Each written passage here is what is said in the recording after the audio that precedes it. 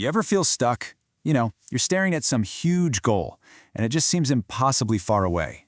Well, what if the secret to making massive progress wasn't in some business book, but hiding in a sport you might not even watch? Turns out, the playbook for life's biggest goals might just be waiting for us on the 10-yard line.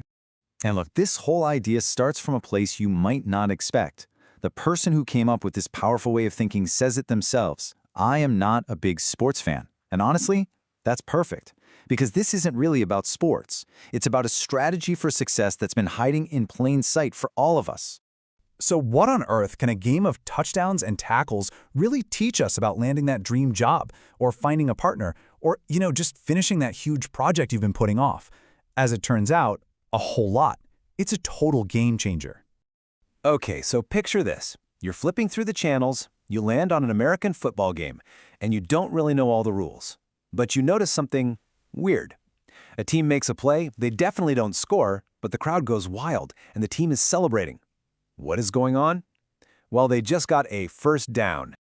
So, for anyone who doesn't follow the sport, a first down is really simple. It just means you've successfully moved the ball at least 10 yards forward. That's it. You don't get any points for it. It's not the ultimate goal. It's just a milestone that says, hey, great job. You've earned a fresh set of 4 tries to do it again.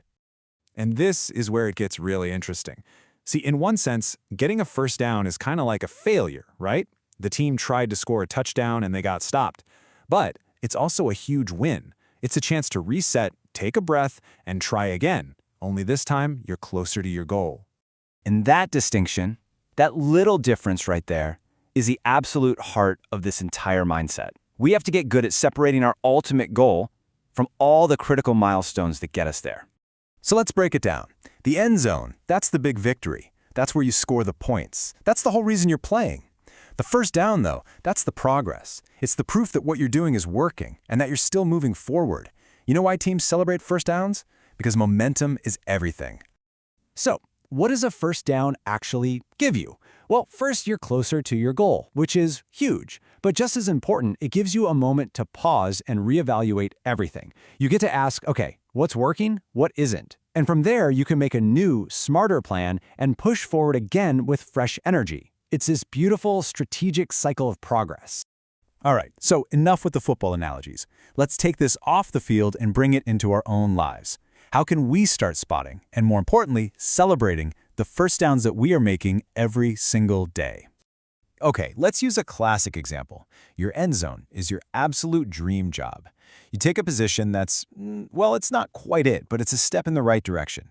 You're learning new skills, you're meeting new people, and you're getting a much clearer picture of what you want next. See, that is not a failure to get the perfect job. That's a first down. And you should absolutely celebrate it.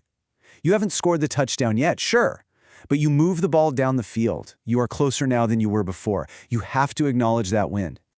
Or what about this one? Your big goal is to find your ideal partner. You go on a date and it's a total dud. It's so easy to just write that off as a complete failure. But what if that not-so-great date actually gave you some critical info? What if it helped clarify what you're really looking for in someone? You know where this is going, right? That experience, even a bad one, isn't a setback. It's another first down. Celebrate it. You learned something incredibly valuable, and you just refined your search. You are closer to your goal than you were before that date, even if it doesn't feel like it. Every step forward, even the awkward ones, is progress. So here's how you can actually put this into practice. It's super simple.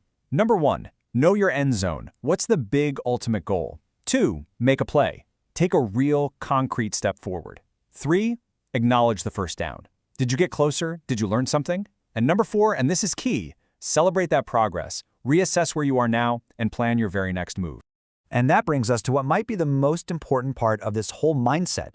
It's not enough to just make progress. You have to recognize it and celebrate it. Our brains are literally wired to respond to rewards. When you acknowledge these small wins, you get a little hit of dopamine, and that builds the positive momentum you need to keep going. That's the real fuel.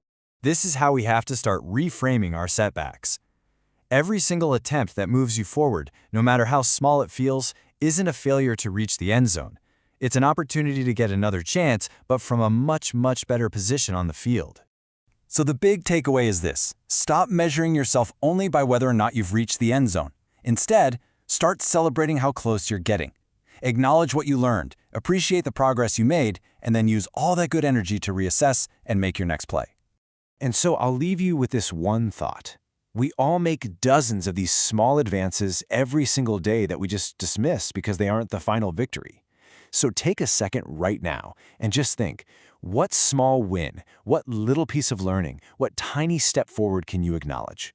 What first down will you celebrate today?